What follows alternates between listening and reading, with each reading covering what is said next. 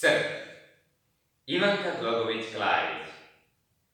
Včera za polne su me srki pasali po celem tele i sav sam se stresan. Bil sam srećan, až me već dugo ni smrt preskočila. Se spametite da po nas reču kad vas srki pasaju iz čistega mira, da vas je smrt preskočila. Mislio sam da me već ne misli preskakat, nego da će se pol mene lih jedan dan fermat i zato sam bil srećan.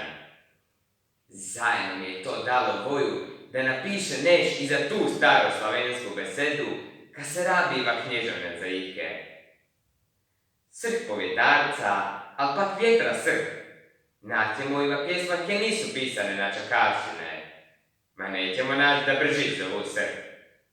I na ravnice se more naći malo zdignjenega terena, pa i to onda srhal srši. Kot na čovjeku je kožena kad se nasrhne. More se anke more nasrhnut, pa ćemo vidjet srh na moru. Pišu Turina i Šepićva svoje riječnike. Pun nisam još na šal da to more biti i oštr brig. Ma kako su mi zapiševali z one strane rekika stva, ne umem vam povedet ši se tamo još rabi ta beseda. Svi znaju čaj običan srh, až su ga svi tili. Srh od zimi, al pak prebele teplini. Srh od jara, boli, straha, al pak srh sreći i ljubavi lepoti. Ne znamo kad i kad teče naš čat trefi i kakov će na srh pasat. Ovi dani su kod storeni za lepi srhi. Prošetite se pol mora i neka vas pasa srh kad vidite na srhnjem Kvarneru.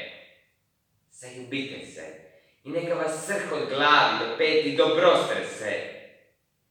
Gledajte okolo sebe, sve ono ča je lepo i neka vas pasa srh zaradi lepega oka.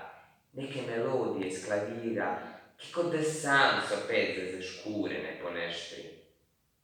Poslušajte ptiči, trmajte se po dišejke pokošene travi, al hote na kakovu izložbu, pa će vas kotima ne pasat srh od minenkinega umejka, ali jedne mitje narančaste marinove rožice.